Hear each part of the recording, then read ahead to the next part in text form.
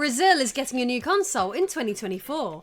Brazil is an absolute dream destination for many reasons. Thoughts of this glorious country conjure up many images, such as thrilling carnivals, iconic landmarks such as the world-famous Christ the Redeemer, and the gargantuan Amazon rainforest. But let's be honest, there's also the breathtaking beaches, beautiful women, and their international football record, winning more tournaments than any nation in history. Someone please get me to this country.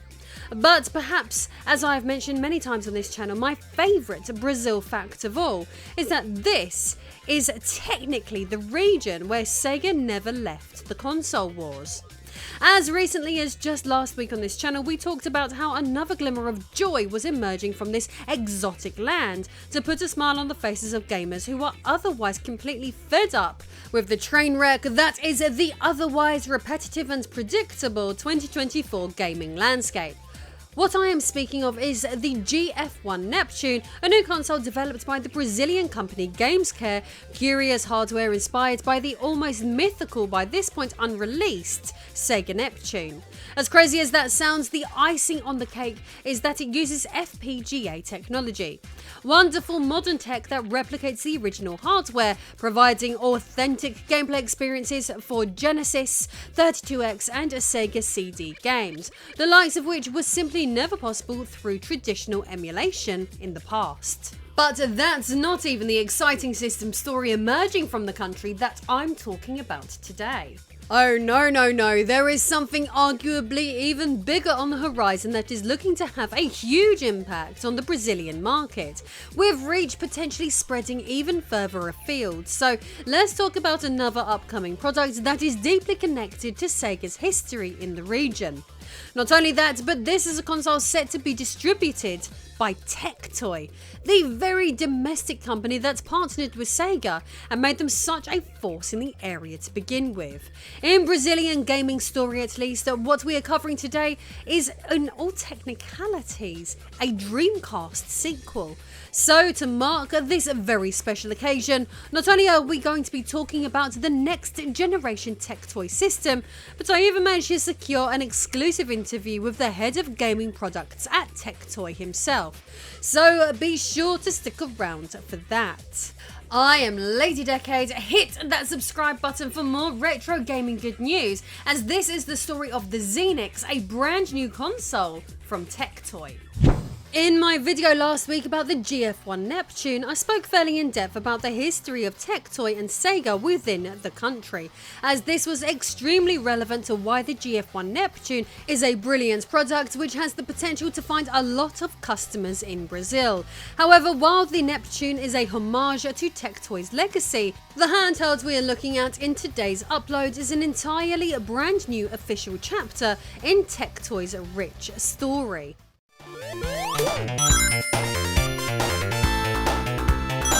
The console war between Sega and Nintendo took quite a unique turn in Brazil.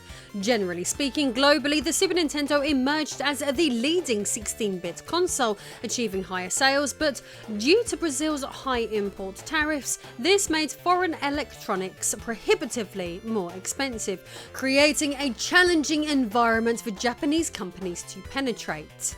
This scenario changed dramatically in 1992 when TecToy, a local company, proposed to manufacture Sega products domestically.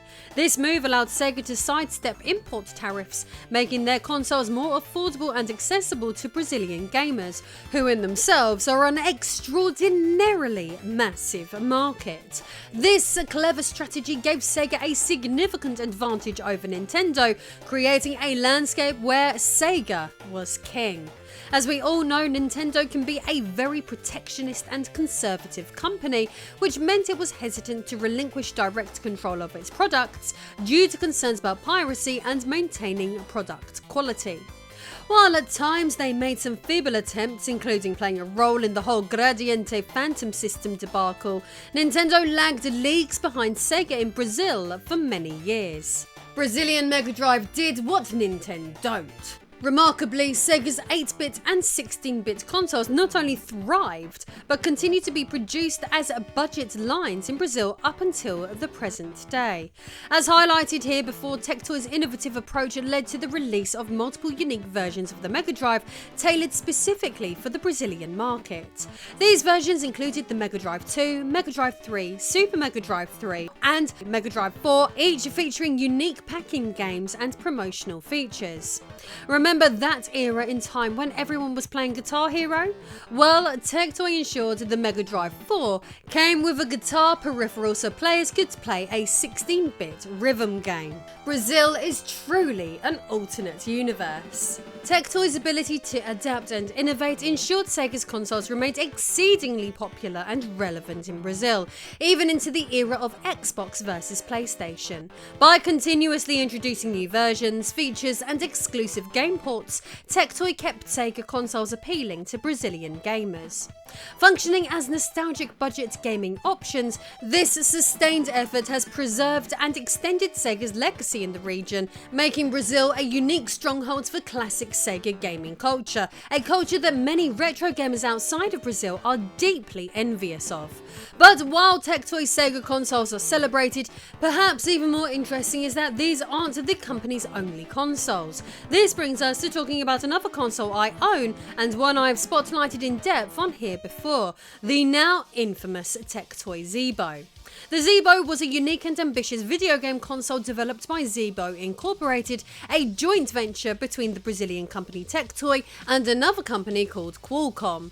It was designed to provide affordable interactive entertainment and educational content, not just to Brazil but also to emerging markets in other parts of the South American continent, Asia and Eastern Europe. Essentially, the Brazilian company had looked at the Wii crushing its competition in sales, so it opted to create something on a surface level at least, which was kind of similar. In tandem with this, Ronaldo Normand of TecToy Mobile and Mike Yuen of Qualcomm recognised the need for a cost-effective gaming solution that could also deliver educational content. This led to the founding of Zeebo Incorporated in 2007 with the mission of overcoming barriers such as high costs and piracy through a digital-only distribution model using Qualcomm's Brew technology and the ZeeboNet wireless network. This allowed for secure and straightforward content delivery without the need for physical media, making the console more affordable and accessible. Taking advantage of 3G technology, the Zeebo was launched in Brazil in 2009, initially available in Rio de Janeiro before expanding to Sao Paulo and eventually nationwide. It offered a range of localized content including games and educational applications, all accessible through its wireless network. The console was priced significantly lower than mainstream consoles like the Xbox 360 and PlayStation 3, aiming to appeal to budget-conscious consumers. Speaking of pricing, no matter where you live in the world, how annoyingly expensive is gaming becoming? While this is the case, I have been desperately looking for cheap thrills. This has led me to discover thousands of amazing indie, retro and AAA games, all available for next to nothing. A huge thank you to Instant Gaming for providing us with these awesome deals and sponsoring this channel for a record 5th month in a row. Use my affiliate link via the pinned comments to get massive discounts and support my work simultaneously. Who needs the old Zeebo for affordable gaming when you have me around? Happy shopping. Despite its innovative approach and initial enthusiasm, the Zeebo struggled to compete with the established PlayStation 2, which had a vast library of games and a strong market presence. The Zeebo's limited game library, low resolution and lack of HDMI support further hindered its success. By 2011, Zeebo Incorporated announced the shutdown of ZeeboNet, effectively ending the console's lifespan. After that point, TecToy's gaming division was more or less dormant for the next decade, but somehow TecToy returned. Now this brings us rather nicely to the next chapter in our story. Roll the tape.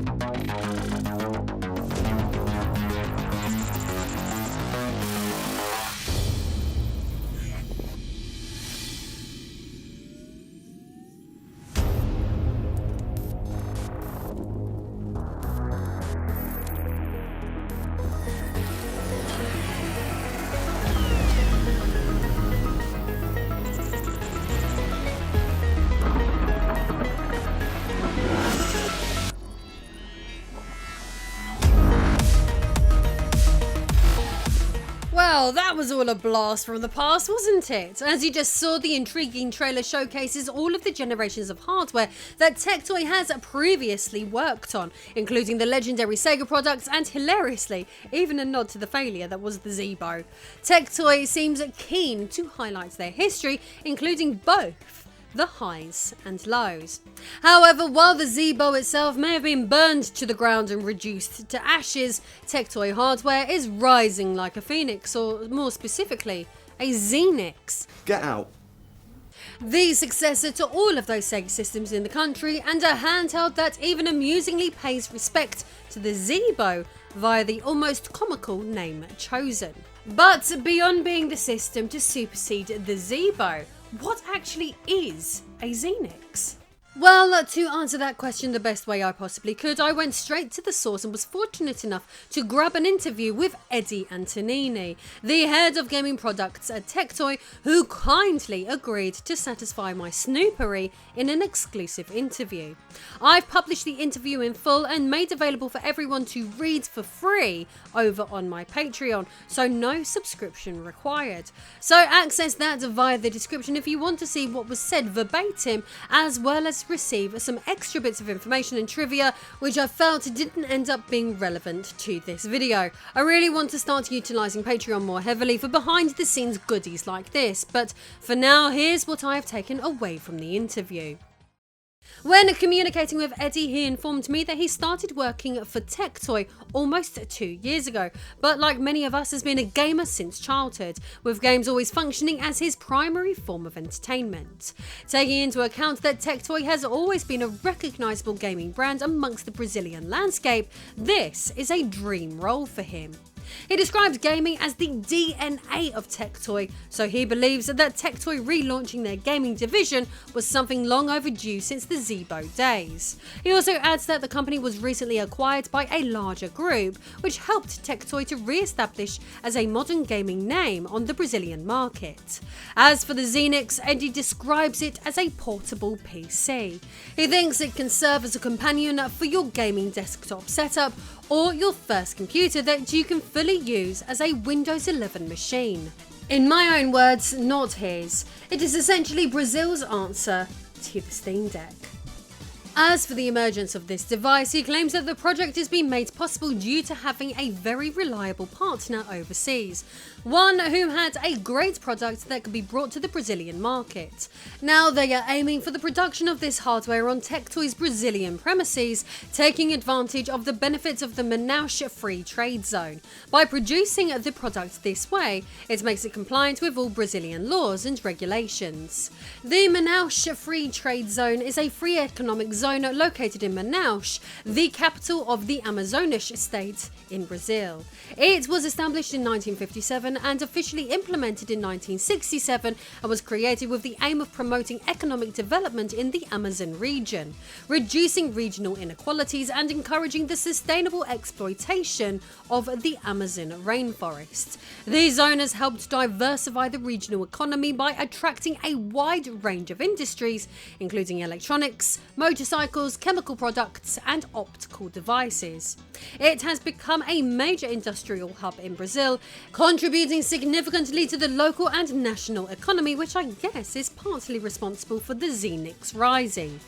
As for the target market for such hardware, Eddie believes that everyone wants a versatile machine, so therefore 2 models of the device are being produced to cater for different gaming tastes. He states that the Zeenix Lite will function excellently as someone's first computer, as it will be able to run any modern applications and games, and Zeenix Pro will be aimed at those who are looking for the full scope of apps and games.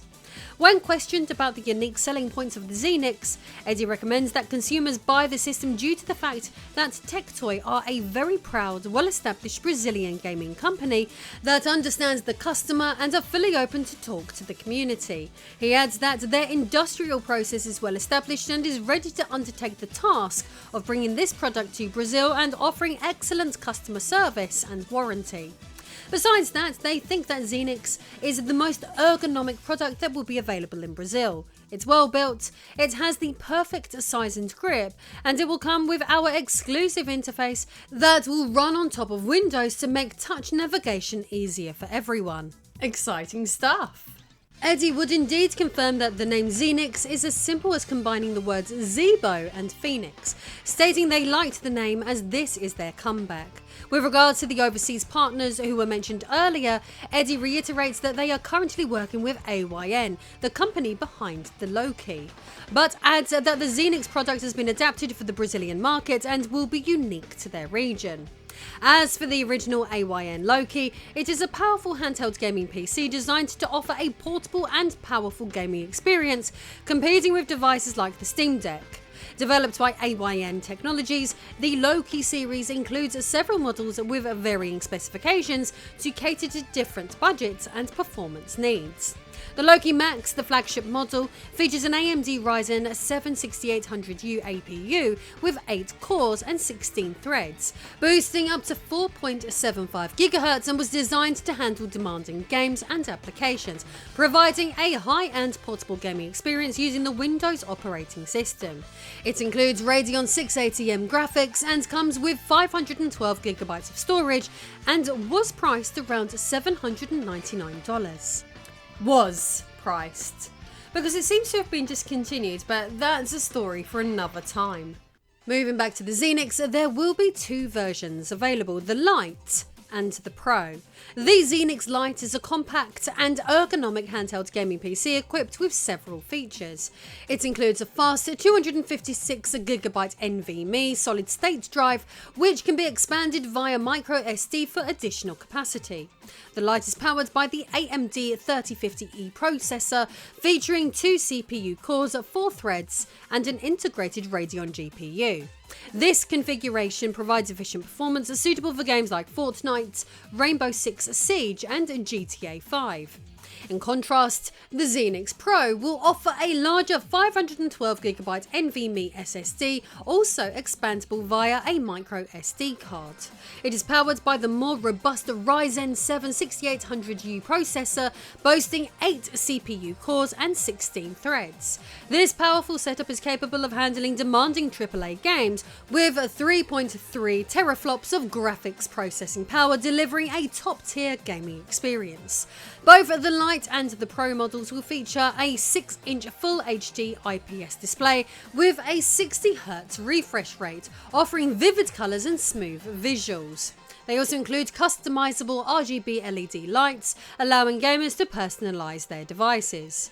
The Zeenix software suite plans to allow for extensive customization of peripherals and system settings, organising apps and games for easy access. Both models run on Windows 11, combined with Zeenix's interface to provide a seamless portable gaming experience that enables mobility without sacrificing performance.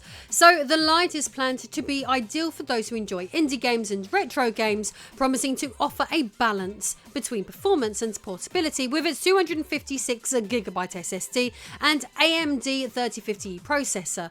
It could be a great choice for casual gaming on the go. As for the Pro, it seems to be designed for gamers who demand high performance, featuring a 512GB SSD and the powerful Ryzen 7 6800U processor. It ensures the smooth operation of the most demanding games, hopefully providing an exceptional visual and gaming experience. Essentially, the Zeenix Lite is an entry-level option for gamers seeking affordability and efficiency, whereas the Zeenix Pro caters to those requiring top-tier performance and the capability to play the latest games without compromise. No matter what you make of this, these devices are certainly very different from MasterSystems and MegaDrives. While having the unique opportunity to communicate with someone from TecToy Gaming, I couldn't resist asking them their perspective on all of us weird foreigners' fascination with the TecToy brand.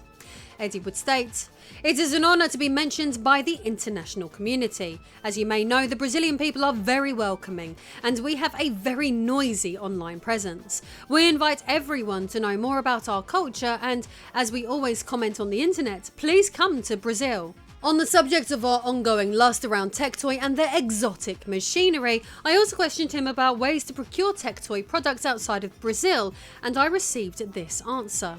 This new era for TecToy will show a lot of new things. The international community will hear even more from us. I just ask for a bit of patience, but feel free to flood our social pages of comments showing your appreciation. In addition to the Zeenix handhelds, Eddie would also inform me that they have now started their own game publishing studio, simply known as TecToy Game Studios. They are currently in the process of publishing 2 titles, Master Lemon and Damned 2. Both of them will be seeing release soon. One thing is for sure, through all this, one hell of a legacy is being built upon. TecToy's journey from its early days of bringing Sega consoles to Brazil to the development of the ambitious Zeebo and now the introduction of the Zeenix reflects a story of innovation and adaptation in the gaming industry. There is no doubt that TecToy has consistently demonstrated a unique ability to understand and cater to the Brazilian market, overcoming challenges such as high import tariffs and piracy, and making gaming accessible to a wider audience. The Zeenix represents TecToy's latest efforts to reclaim its position in the gaming world, blending nostalgia with modern technology. By partnering with AYN Technologies, TecToy is poised to offer a powerful and versatile handheld gaming device tailored specifically for Brazilian gamers. The Zeenix aims to bridge the gap between the past and the future, marrying up Sega and the Zeebo's rich history while also delivering a contemporary gaming experience. As TecToy continues to innovate, it remains committed to its roots in the Brazilian gaming community, promising more exciting developments and international engagement in the near future. God bless Brazil, long live TecToy, and best of luck to the Zeenix. On that note, don't forget you can get up to 90% off thousands of quality games using my affiliate link, with all the purchases going a long way to support this channel, or if you want to support my work in a more personal way, you can access my cosplay library and gain access to tons of behind the scenes content and more by signing up to my Patreon. Also, don't forget the full TecToy interview with Eddie is free over there too. See you soon.